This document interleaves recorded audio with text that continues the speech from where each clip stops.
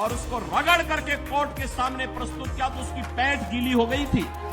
और निर्दोष लोगों को मारोगे तो मिट्टी भी नहीं मिल पाएगी।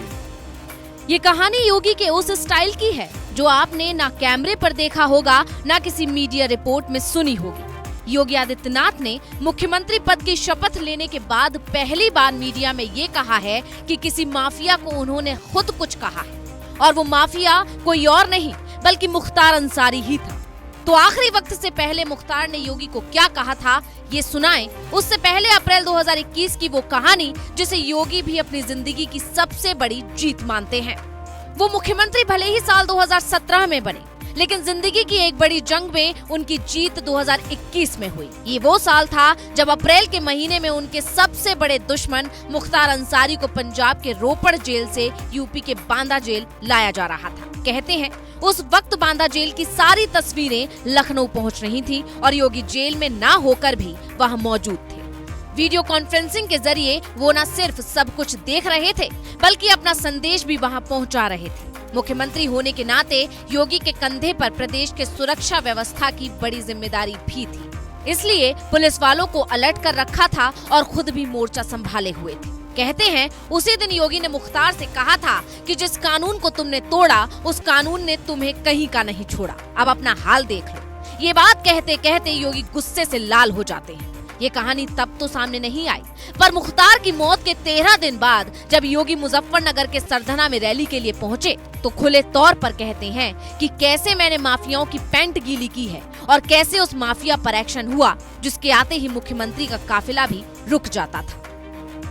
और बहनों और भाइयों, मैं आपको इस बात के लिए आश्वस्त करता हूं कि कोई माए के लाल बाल बांका नहीं कर सकता है। सुरक्षा की इतनी पुख्ता व्यवस्था हमने की है यूपी के अंदर।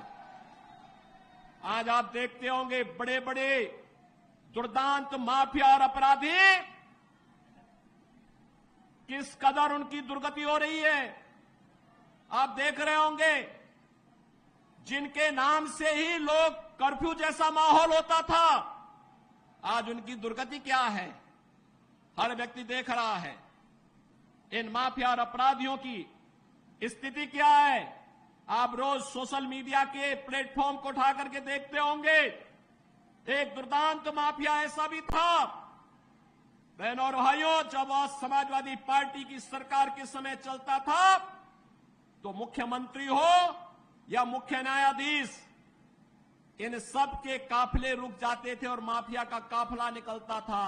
और जब हमने कार्रवाई की उस माफिया के खिलाफ और उसको रगड़ करके कोर्ट के सामने प्रस्तुत किया तो उसकी पैंट गीली हो गई थी। उसकी पैंट गीली हो गई थी और तब हमने कहा था उस समय उसको, हमने कहा था कानून को रौंदने वाले, आज कानून कितना बड़ा होता है यह एहसास हो रहा है कि नहीं हो रहा है। और निर्दोष लोगों को मारोगे तो मिट्टी भी नहीं मिल पाएगी। और बहनों और भाइयों, इसीलिए मैं आया हूं आपसे कहने के लिए, देखो जिनकी गर्मी हम शांत कर चुके हैं उनको गर्म मत होने दीजिए। अब इस क्षेत्र को विकास की मुख्य धारा के साथ जुड़ने दो। उनकी सबकी गर्मी शांत हो गई है, वे गए काम से। और इसीलिए मैं आप सबसे अपील करने के लिए आया हूं कि पूरे देश की एक आवाज है, पूरा देश एक ही स्वर में बोल रहा है और वह बोल रहा है कि फिर एक बार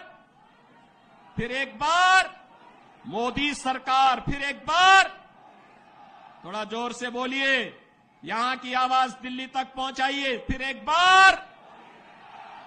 बार मोदी सरकार। यह मोदी सरकार की जो गूंज पूरे देश के अंदर है, इस पूरी गूंज को घर घर पहुंचाना है। मोदी जी का प्रतिनिधि बन करके और स्वयं मेरा प्रतिनिधि बन करके आपको जाना होगा। सहमत है? सहमत है?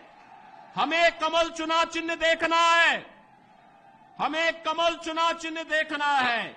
आप सहमत हैं? सभी लोग सहमत हैं? बहनों और भाइयों, सरधना विगत चुनाव में संजीव बालियान जितने वोट से जीते थे उसके दुगने वोट से जिताने की जिम्मेदारी सरधना को मैं दे रहा हूं। और बहनों और भाइयों, आप जिताएंगे तो मैं दोबारा फिर आऊंगा, यहां पर आऊंगा फिर दोबारा आकर के आपके साथ बैठूंगा और बैठ करके फिर आपसे चर्चा करूंगा। और इसीलिए आपसे अपील करने के लिए मैं आया हूं।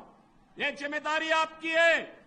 मोदी जी को तीसरा कार्यकाल मिलना चाहिए, क्योंकि मोदी जी के नेतृत्व में हमारा भारत ग्लोबल पावर बनेगा, दुनिया की एक बड़ी ताकत बनेगा। ग्लोबल पावर बनने के लिए विकसित भारत चाहिए, और विकसित भारत के लिए विकसित उत्तर प्रदेश चाहिए, और विकसित उत्तर प्रदेश के लिए विकसित मुजफ्फरनगर और विकसित मेरठ भी चाहिए। सहमत है ना? और विकसित मेरठ और मुजफ्फरनगर के लिए कमल चुनाव चिन्ह और भाजपा चाहिए। सहमत है? सभी लोग सहमत हैं? तो भाई मेरे साथ फिर दोनों हाथ ला करके बोलिए, जहां तक मेरी आवाज जा रही है। दोनों हाथ उठाइए, दोनों हाथ उठाइए, दोनों हाथ ला करके बोलेंगे भारत माता की, भारत माता की, भारत माता की जय श्री राम।